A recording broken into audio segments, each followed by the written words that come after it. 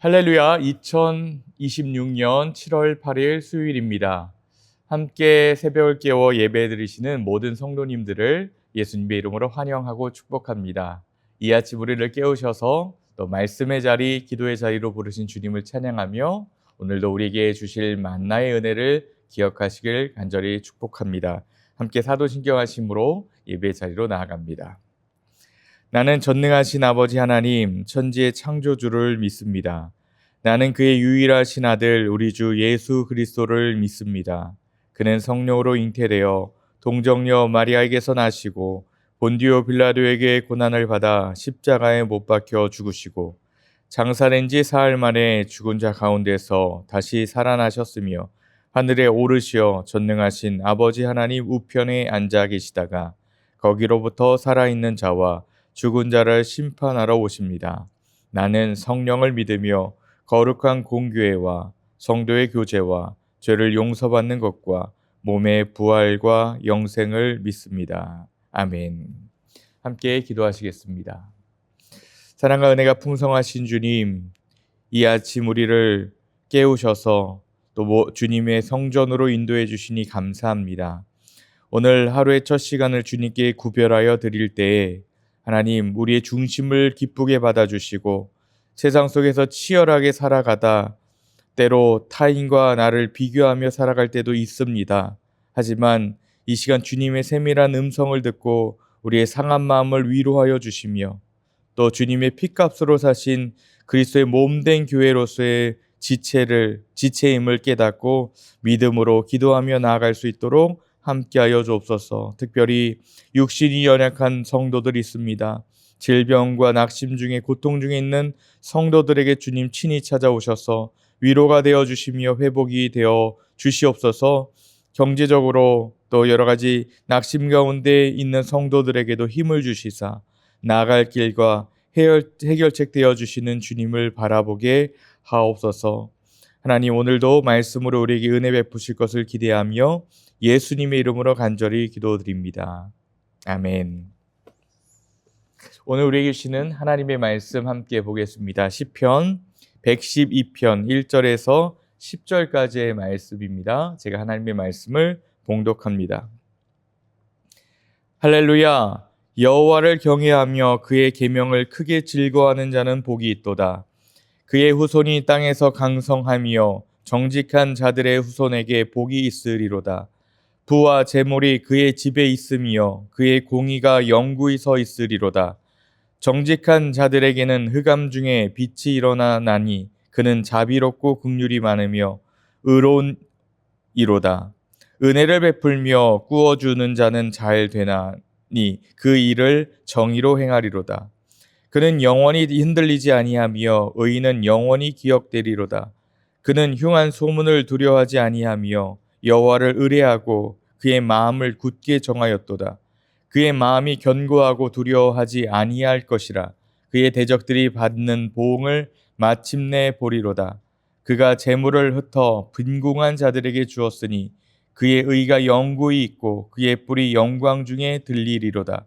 악인은 이를 보고 한탄하여 이를 갈면서 소멸되리니 악인들의 욕망은 사라지리로다. 아멘. 이것은 하나님 말씀입니다.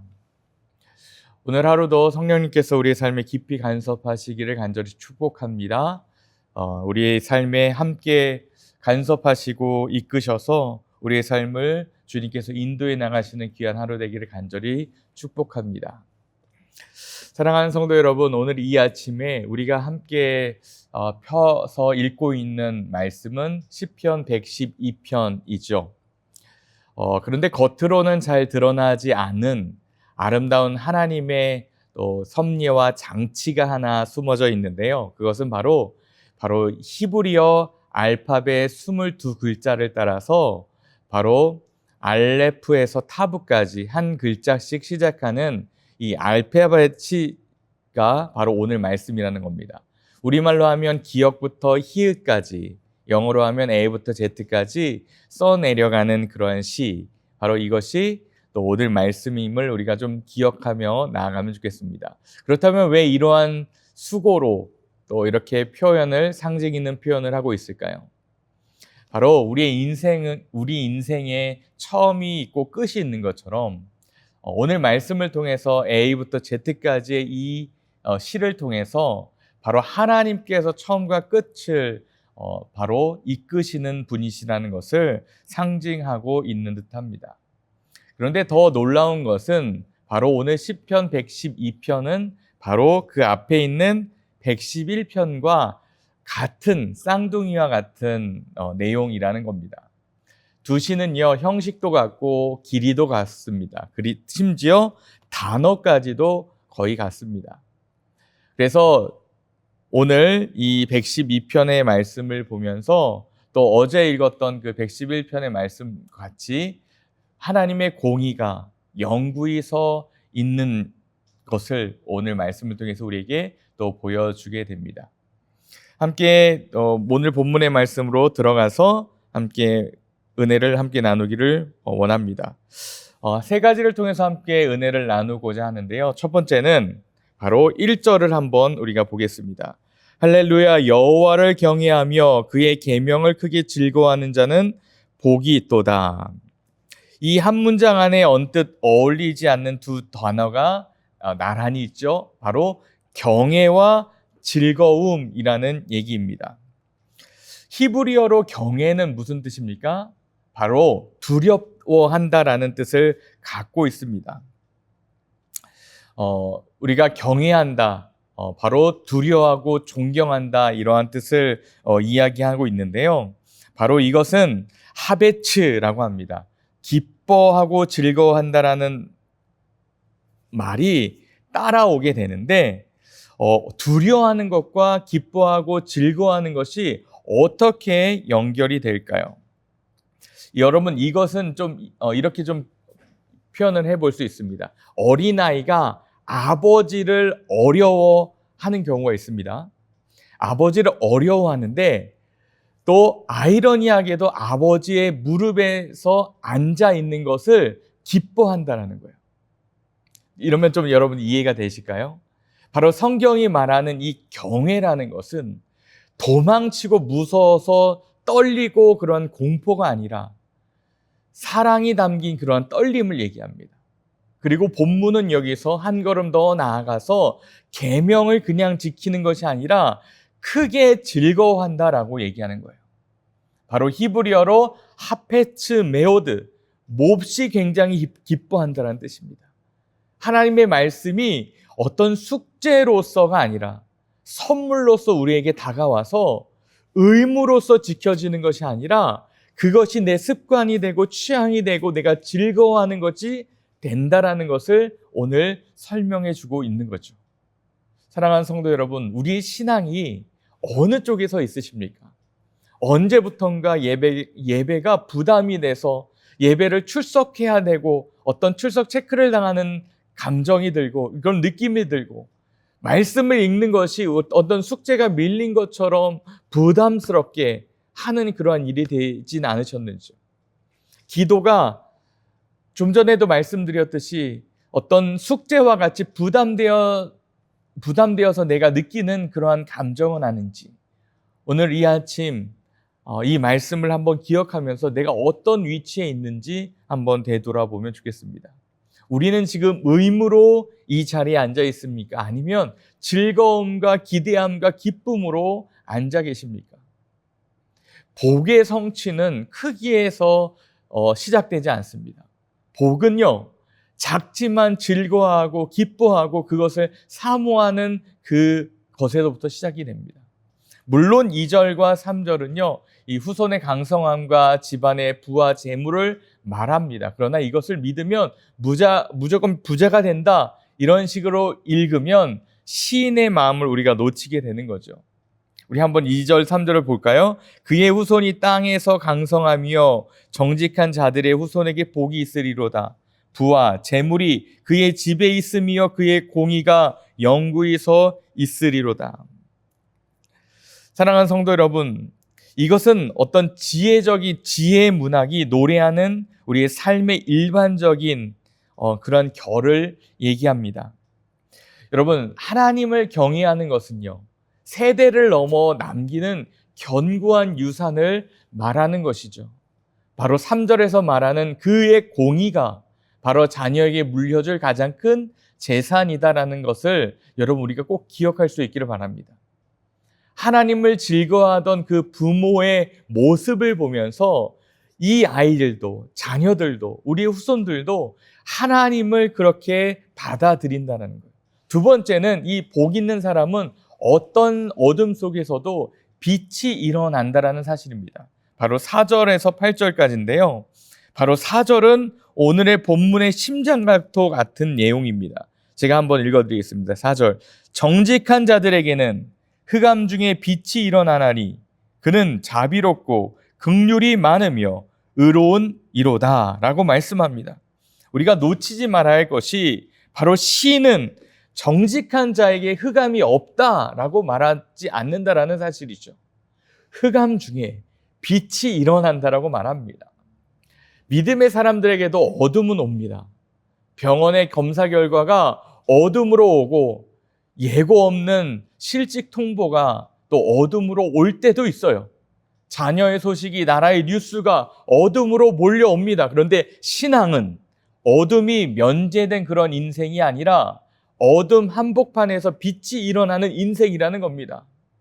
그래서 7절이 그토록 놀라운 것이죠. 그는 흉한 소문을 두려워하지 아니하며 여호와를 의뢰하고 그의 마음을 굳게 정하였도다. 여러분, 흉한 소문을 두려워하지 아니한다고 합니다. 여호와를 끝까지 믿고 신뢰하고 그의 마음을 굳게 정하였다라고 얘기를 하죠.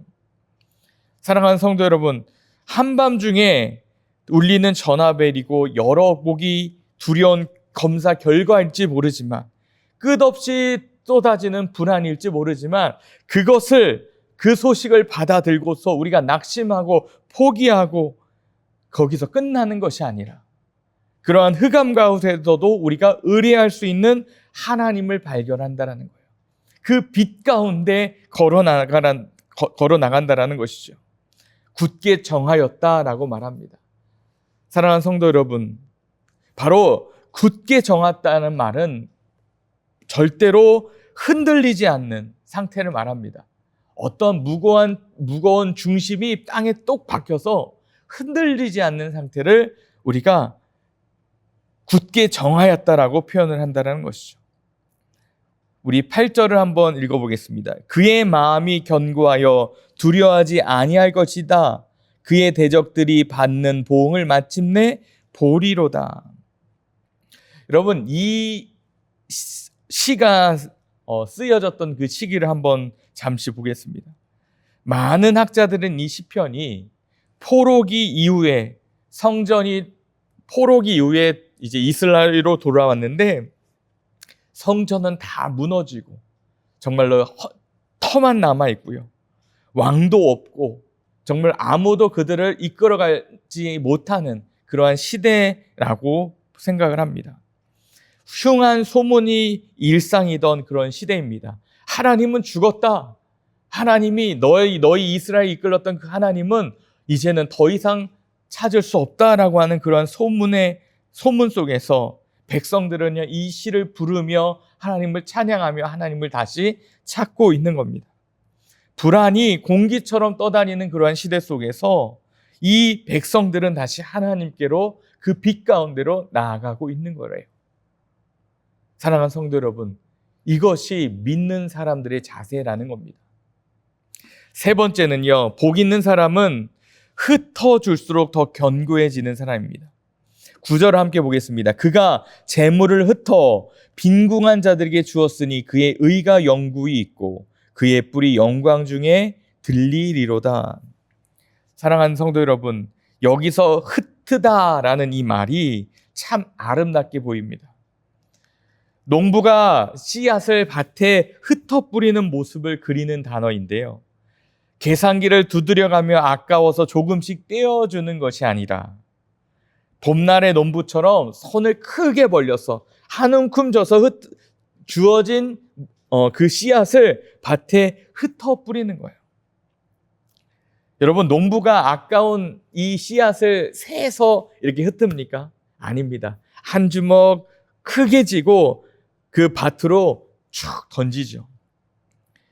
그런데 이 씨앗이 나중에 어떻게 됩니까? 가을이 되면 추수가 되는 그 열매로 돌아오게 됩니다. 사도 바울도 고린도후서 9장 9절에 이 구절을 인용해서 이렇게 말씀합니다.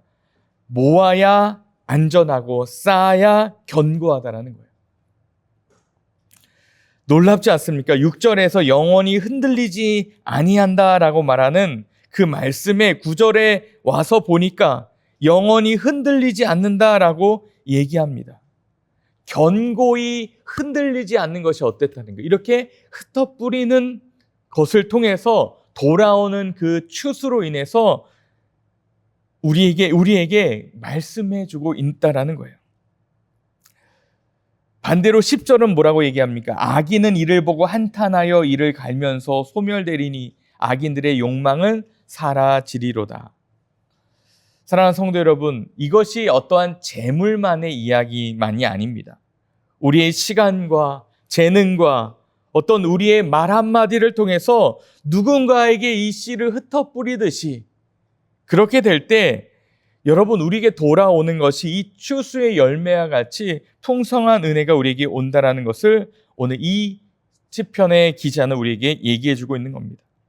빈궁한 이웃에게 지쳐있는 지체들에게 믿지 않는 동료들에게 여러분 흩어뿌리십시오. 믿음을 흩어뿌리시고 여러분의 거룩한 언어들을 흩어뿌리시고 여러분의 재물을 흩어뿌리시고 그러면 그냥 끝나는 것이 아니라 여러분이 열매가 되어서 그것이 추수할 때가 온다라는 것입니다. 이런 말씀을 맺겠습니다. 이제 처음의 질문으로 우리가 함께 좀 돌아가 봅시다. 하나님을 닮은 이는 복 있는 사람, 계명을 즐거워하고 흉한 소문 앞에서 마음을 굳게 선다라고 얘기를 합니다. 자기 것을 흩어주는 이 사람은 도대체 누구일까요? 솔직히 고백하면 우리는 아직 이러한 사람들이 다 되지 못했지만 그러나 성경 끝까지 읽어보면 이 시편을 온몸으로 사신 한 분을 만나게 되죠.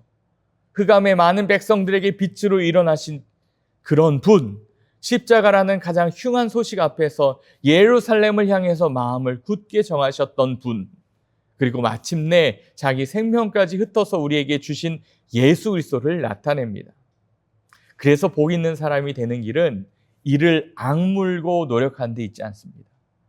111편에 하나님을 바라보다가 122편에 사람이 되어가는 것, 그것이 바로 예수 그리스도를 매일매일 바라보다가 그분을 닮아가는 데 있다라는 거예요.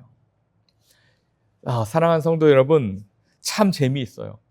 나도 모르게 내가 어울리고 담겨져 있는 그 곳을 닮아갑니다.